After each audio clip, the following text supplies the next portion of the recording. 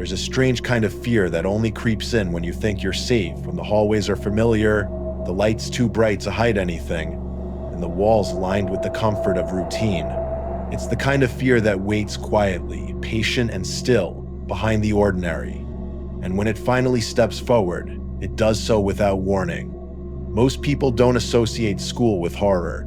We grow up believing classrooms are safe places where the worst thing that can happen is failing a test or forgetting a homework assignment. But those hallways, those dorm rooms, those hidden corners of campus, they all hold stories. Stories that aren't in textbooks. Stories whispered in the back of classrooms. Stories that most students never hear until they become one of them. I've always believed that the most unsettling stories are the ones that don't scream danger from the start. They're the ones that begin with nothing out of the ordinary. A new semester, a late-night study session, a quick trip to the bathroom. It's only later, when you look back, that you realize the small details you ignored were warnings. The strange glances, the sound you brushed off, the uneasy feeling you swallowed and called paranoia. The 3 stories I'm about to tell you don't come from haunted buildings or cursed objects. They're not about ghosts lurking in the shadows or demons scratching at the door. They're about real people, classmates, strangers, maybe even someone who shared the same hallway as you. And that's what makes them so disturbing. In the first story, a freshman moves into a nearly empty dorm building. It's supposed to be the start of a new chapter in independence, new friends, late-night talks with her roommate. But what she gets instead is something far more sinister. Every Monday morning after spending the weekend at home, she wakes up to strange sensations. A shifting mattress, the weight of someone sitting beside her, and eventually, the cold pressure of a hand on the back of her neck. No one else has a key to the room, and yet something or someone keeps finding its way to her bed. The second story happens in the dead of night inside an empty academic building, a place meant for study and focus, not fear. A student, desperate to finish a project, stays late in a silent lab, but the silence doesn't last. Doors slam deep within the halls. Footsteps echo deliberately, stopping right outside the room. And when the door doesn't open, the sounds shift above the ceiling, directly over his head, as if someone is crawling toward him. By the time he runs, it's already too late. There's someone waiting in the stairwell, smiling down from the shadows. The final story belongs to a 16-year-old girl in what should have been a normal school day. A stranger, posing as a teacher, convinces her to follow him out of the building. It's a simple request, just help carry some supplies from his car. But behind that request is a trap. There are men waiting inside the vehicle, and before she even understands what's happening, the door swings open and the chase begins. 3 stories. 3 ordinary days that became something else entirely. None of the people involved thought anything like this could happen to them, not in their dorm room, not in a computer lab, not in the middle of a school day surrounded by hundreds of others. But that's how true horror works. It hides where we least expect it. So the next time you walk down a quiet hallway after class, or find yourself alone in a building you thought was empty, or trust someone simply because they seem like they belong there, remember these stories, because they serve as a reminder of something we all try to ignore, that sometimes the most terrifying monsters are the ones that look just like everyone else, and they don't wait for the night. They find you in the places you thought were safe. When I moved into the dorms for my freshman year, I wasn't expecting anything extraordinary.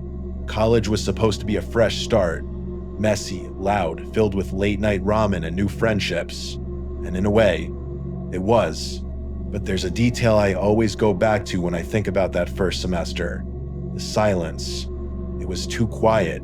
Most students had chosen to live off campus. It was 2021. COVID was still casting its long, uneasy shadow over everything. Classes were half empty, cafeterias closed early, and social life had shrunk into group chats and video calls. For many, the dorms were just another risk not worth taking. But I didn't have a choice. I couldn't afford an apartment like the others, so I stayed. Alone, in a building meant for hundreds, but housing only a few. I told myself it wouldn't be so bad. I lived only 15 minutes from campus, so I could go home on weekends. And having a roommate might make the emptiness feel less empty. Her name was Hannah. We'd exchanged a few polite texts before move-in day. The school gave her my number so we could connect, which I thought was strange but harmless. She seemed nice enough, but when I met her in person, something felt off. She wasn't rude, not exactly, just distant, like I was an inconvenience she hadn't planned for. The first conversation we had set the tone for everything that followed. She told me, in a flat voice, that last semester she'd had the entire room to herself because there weren't enough students on campus. It was nice, she said. I guess that ends now. I laughed awkwardly, thinking she was joking. She wasn't. It didn't take long to realize she preferred not having me there. She spent most of her time with her boyfriend, rarely slept in the room, and barely spoke to me when she did. I figured it was fine, less small talk, more space. But I had no idea how much that space would come to haunt me.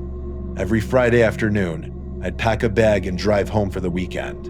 And every Monday at 6 a.m., I'd be back.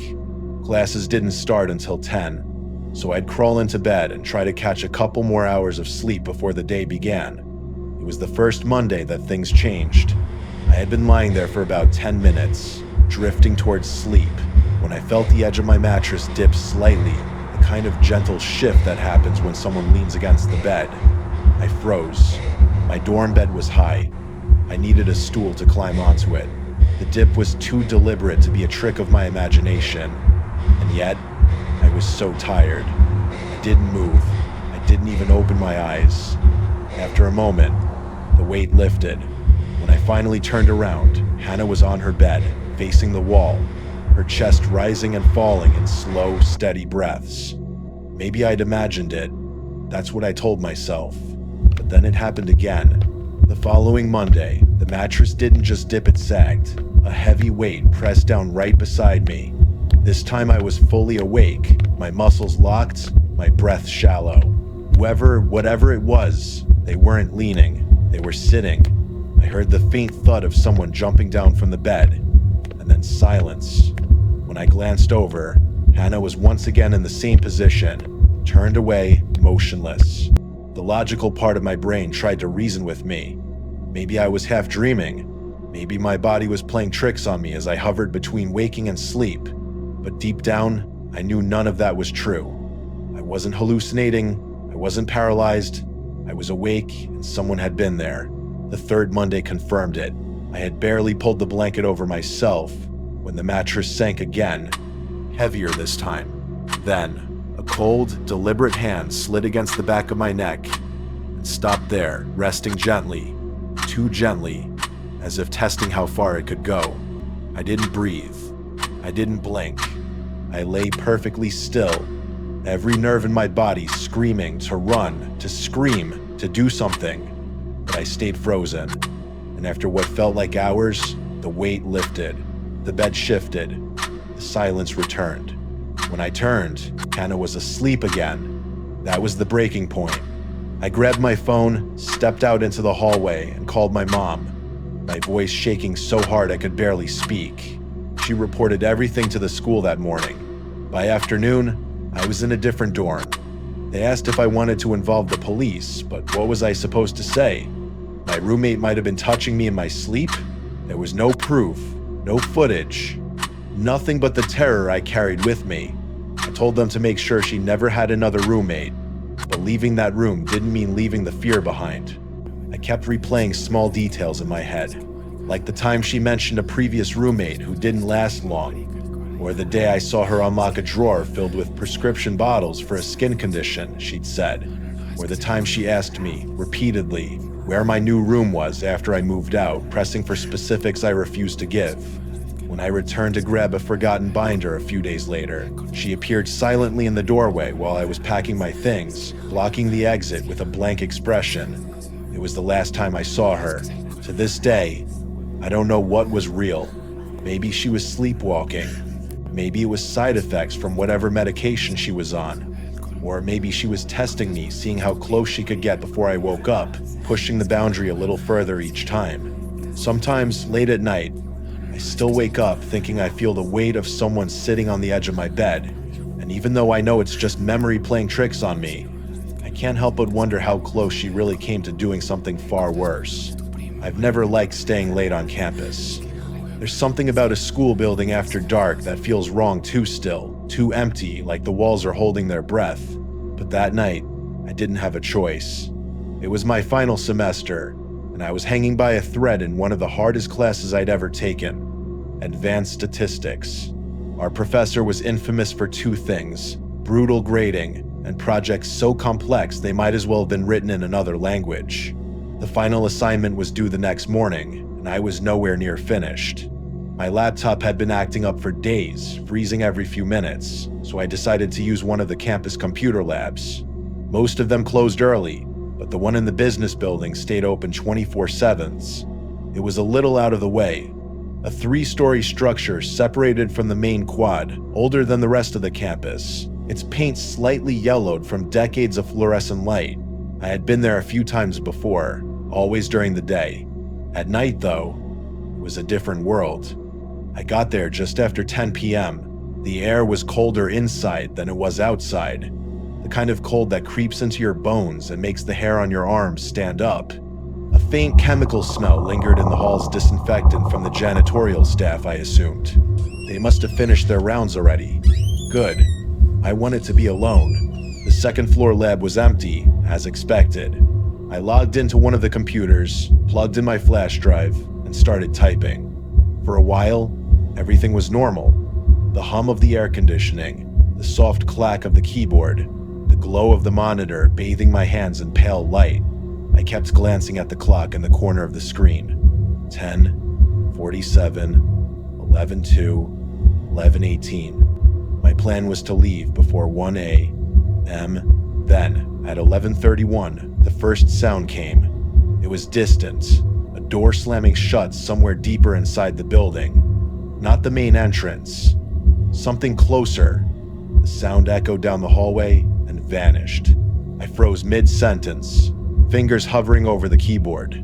Maybe it was just the ventilation system, or a heavy door swinging closed from the air pressure. That's what I told myself. But the longer I sat there, the more it gnawed at me. A few minutes passed, then came the footsteps. Slow, heavy, deliberate. They echoed down the hallway, each one stretching into the silence like a countdown. Whoever it was wasn't rushing. They weren't trying to hide either. They wanted to be heard. I stared at the screen, refusing to look toward the door. My heart was thudding so loudly, I was afraid whoever was out there could hear it. The footsteps grew closer. Then they stopped right outside the lab. For a long, unbearable moment, nothing happened. And then the door handle started to rattle. Not gently, not like someone checking if it was locked. It was violent, a metallic clattering that sent a jolt of cold adrenaline through my chest. Whoever it was knew I was inside, and they wanted me to know they knew. The doors to the computer lab locked automatically after a certain hour. I was safe, in theory, but that didn't stop the handle from rattling again, and again, and again. 30 seconds. That's how long it lasted. 30 seconds of cold sweat sliding down my back, of shallow breaths and trembling hands, of the primal urge to run fighting with the knowledge that opening that door would be the worst thing I could do. Then it stopped. The footsteps started again, moving away from the lab this time. Slowly, casually, as if whoever it was had lost interest. I sat there for a full minute before I could move. My hands were shaking so badly I could barely type. I should have left. Every instinct I had screamed at me to pack up and get out. But the project was due in less than 9 hours, and fear wasn't going to save my GPA. So I stayed.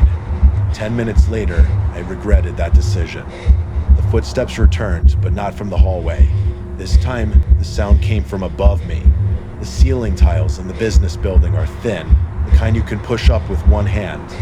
Sometimes you can hear pipes knocking or air rushing through vents. This wasn't that. These were movements, the dull rhythmic thuds of wood shifting, something dragging slowly across the beams. I looked up, every muscle in my body locking in place. One of the tiles shifted just slightly, just enough to confirm that something heavy was pressing down on it. Then came a slow, deliberate creak. Someone was crawling in the ceiling, and they were directly above me. I didn't wait to find out more. I yanked out my flash drive, shoved my notebook into my backpack, and bolted. The hallway outside was nearly dark, lit only by buzzing fluorescent strips that flickered faintly like they were about to die. My sneakers squeaked against the polished tile as I half walked, half ran toward the stairwell. I told myself not to look back. I told myself not to make a sound. Then, as I pushed through the door to the stairwell, I made the mistake of looking up. There, on the landing, 1 floor above me, was a man. He wasn't a student. He wasn't a professor. His clothes were baggy and filthy, hanging loosely from a body that was little more than bones and sinew.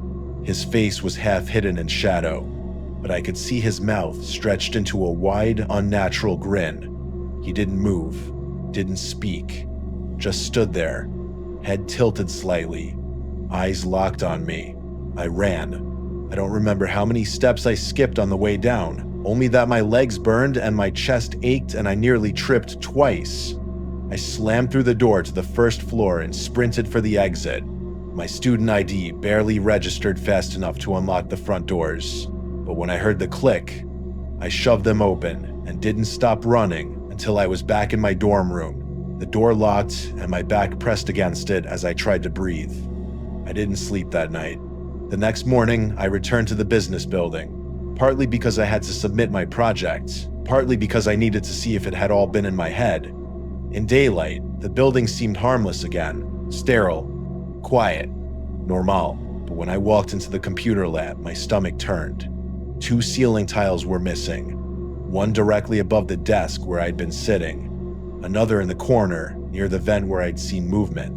Whoever had been up there hadn't just been trying to scare me, they had been watching me, waiting, and when they realized the door was locked, they tried to find another way in. To this day, I don't know who he was. Campus security never found anyone. But I do know one thing: I've never set foot in that building after dark again. And I never will.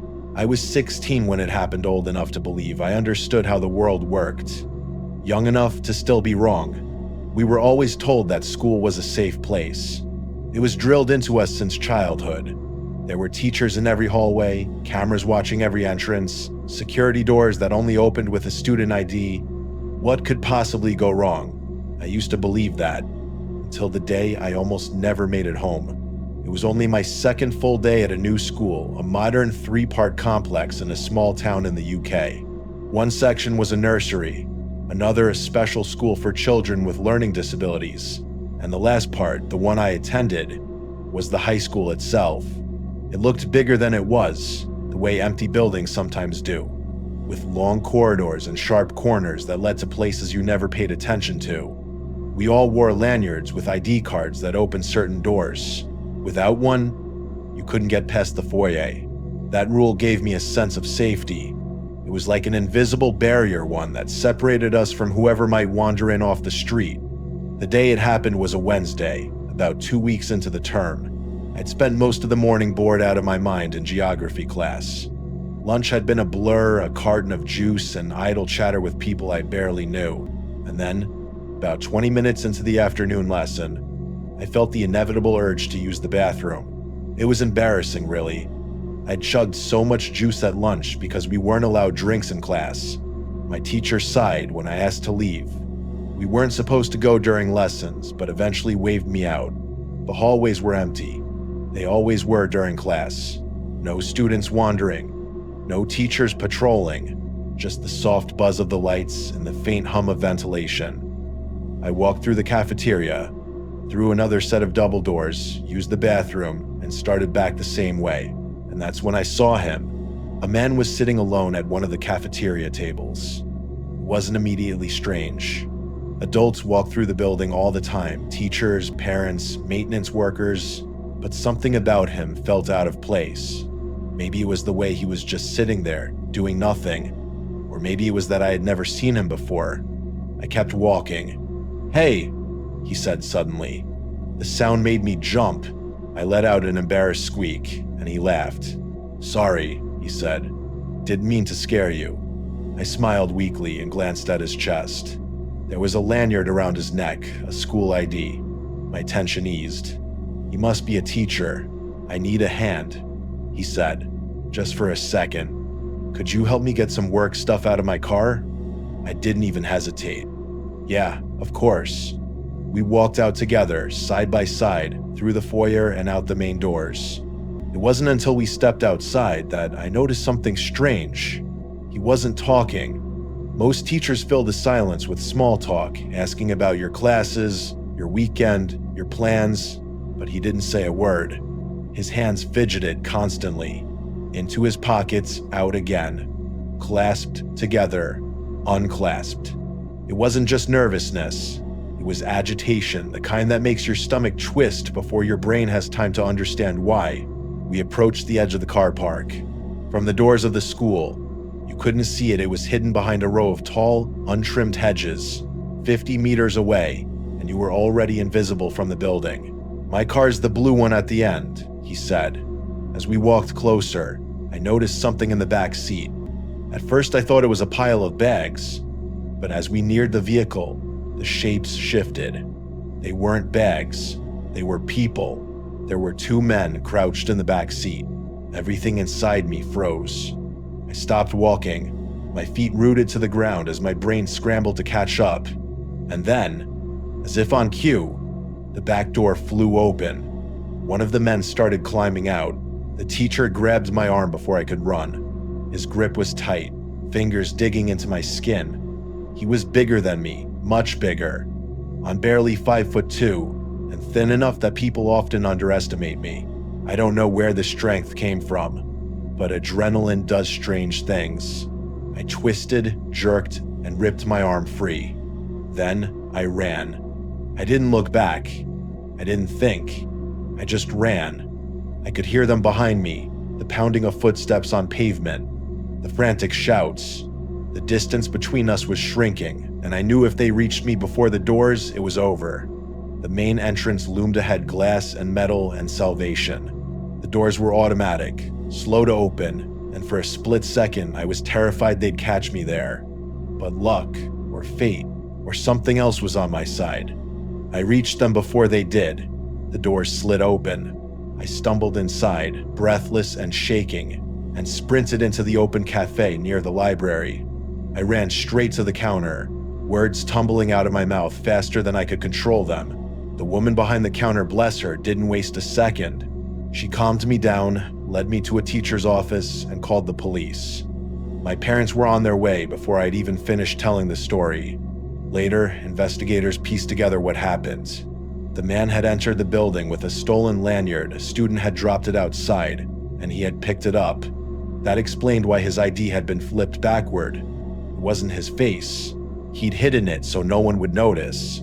Security footage from the car park confirmed everything. 3 men, a vehicle waiting, a coordinated attempt.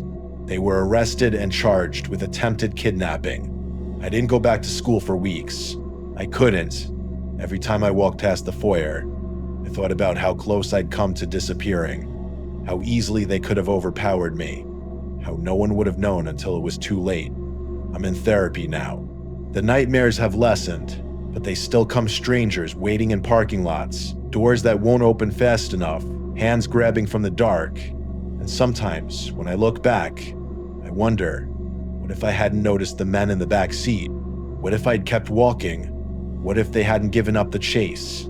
I would never have made it home. We like to think we know what danger looks like.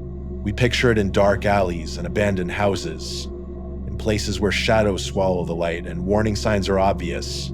But the truth, the kind that no one wants to admit, is that the most terrifying moments of our lives rarely come with flashing lights or sirens. They happen in ordinary places. A shared dorm room, a campus building where you've spent countless nights studying, a school hallway that feels like home. Each of the people in these stories believed they were safe. They followed the rules.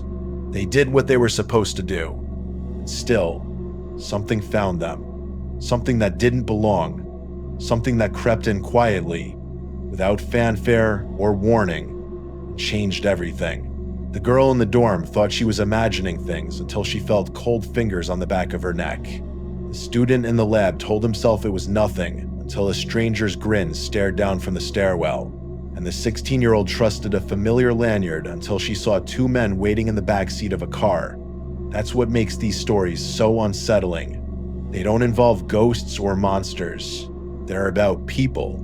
People who blend into the background, who walk the same halls and breathe the same air. People who don't knock before they step into your world. Maybe that's why they stay with us long after the stories end. Because when the lights go out and the hallway's empty, the fear doesn't vanish. It lingers. It hides in the small sounds, the soft creak of a bed frame, the distant echo of footsteps, the whisper of a door handle being tested. And it makes you wonder, how many times have you brushed off that uneasy feeling? How many times have you told yourself, I'm overreacting? Maybe you were, or maybe you weren't. These stories are reminders not just of what's possible, but of how fragile the illusion of safety really is. They teach us to trust our instincts, to listen to that quiet voice in the back of our minds that tells us something is off, even when everything looks normal. And maybe, the next time you find yourself alone in a place that should feel safe, a late-night classroom, an empty hallway, a parking lot you've walked 100 times before, you'll think of these stories. Maybe you'll look twice. Listen closer. Move faster. Because danger doesn't always knock. Sometimes it waits. Sometimes it watches. And sometimes it's already closer than you think.